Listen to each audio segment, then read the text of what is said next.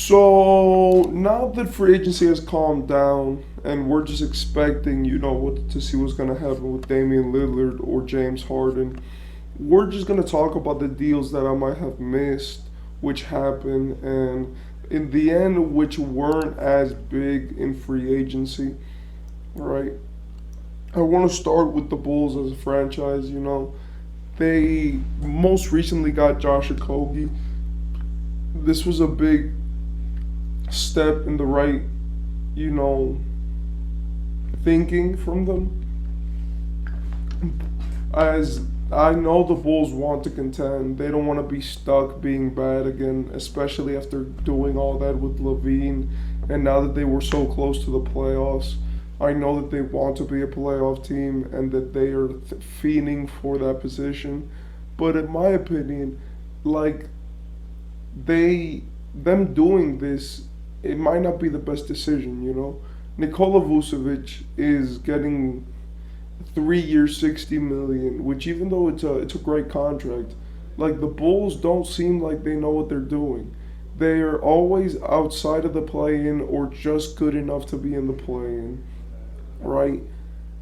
They've always been consistently dependent on scoring, but they play little to no defense, even though that they need it. And even in their best moments, right, when they had Lonzo and Caruso in that backcourt and everything was running fluidly, they still weren't a team who would contend for a championship seriously. So, in my opinion, unless they're just doing this just to keep their fan base interested, because I know we all know Bulls fans don't like to lose. So, in my opinion, they should either rebuild. Also, the Bulls brought back Kobe White and they got Javon Carter. In my opinion, these things, they're getting more guards, which is good because their guard play was really lacking. But I don't think Kobe White is ever going to be really good.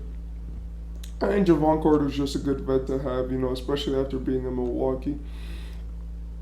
Another team that I want to talk about is the Spurs. They brought back Trey Jones and they brought back Julian Champagne. I like this because they're just, helping keep young players, and Julian dropped 30 points in the Summer League yesterday. It's obvious that they are doing something more with their way of thinking, and in my opinion, it is good for them. The Magic signed Joe Ingles. I didn't really talk about this, but for 2 years, $22 million.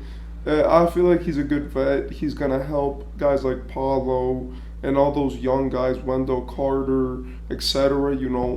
Learn how to play the game. And I also like how his skill set can help Paulo's too. He's a forward. He's big. He's strong. And in his prime, he was phenomenal.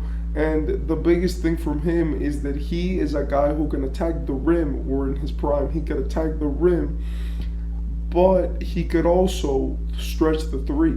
So having that guy be able to teach Paulo, who struggled from three-point land during the entire season, helps them, especially when you're trying to build this guy to be a generational talent, and he's already so good at attacking the rim.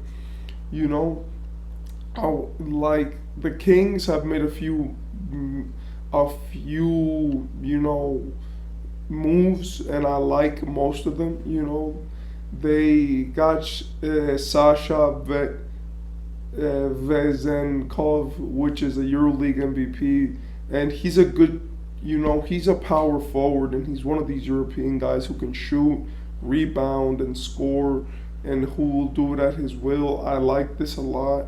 They also got a few more, deals with them, which have helped them, which include them getting Chris Duarte, which helps them get a younger guy, a guy who isn't that expensive in a project. As they do good developing guys and putting them in a system where it's fluid and where they don't have to be stressed out about money or stressed out about you have to perform like it's in a place like Indiana, because Chris Duarte was getting hyped up to be like Tyrese Halliburton's running mate. Also, the Kings signed Harrison Barnes, and in my opinion, that's very good as you get to keep him. He's been pivotal to you. Just do not let him take shots in the last minute of games, please. That's a mistake that I've seen them make a lot. Even though he's a vet, please, just you have De'Aaron Fox. And let's keep going, with these deals. We get to see Seth Curry going to the Mavericks, even though I talked about this. I want to say that I love this.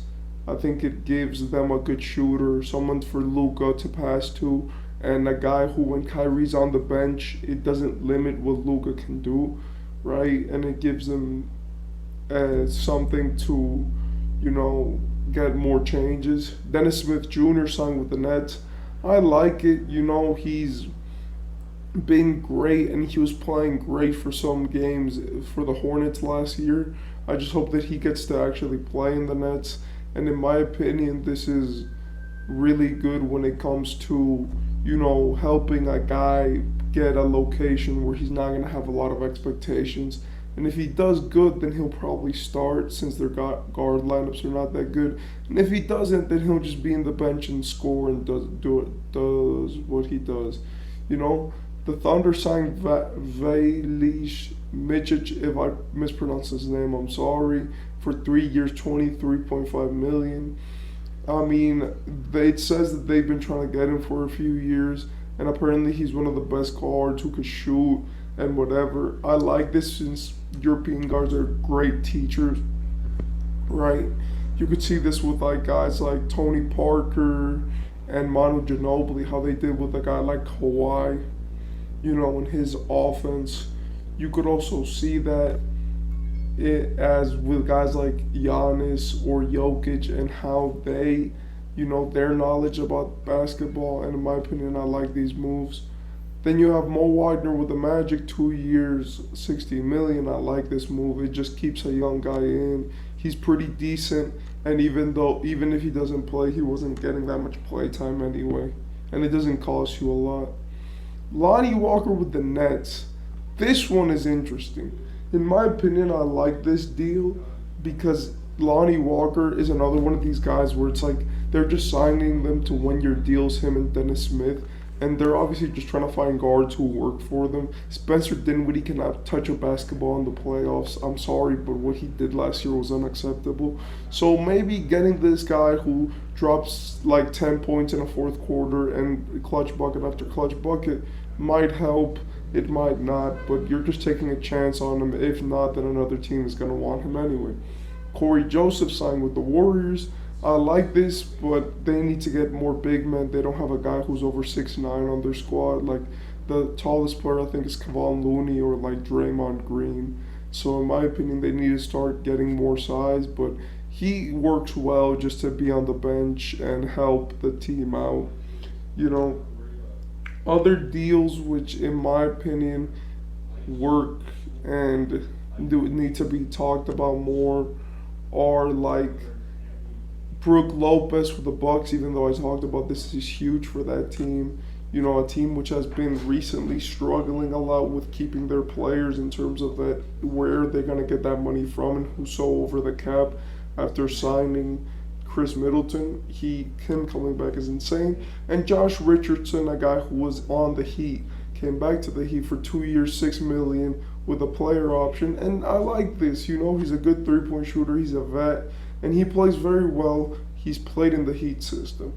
These are just some of them. We could also talk about Georges Niang going to the Cavaliers, which, I like this because he provides the three-point shooting, which the Cavaliers need.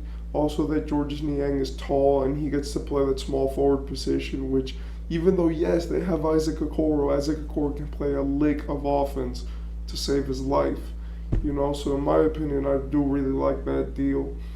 And yeah, that has been it, for most of these trades. Patty Mills ended up on OKC, but I talked about that yesterday.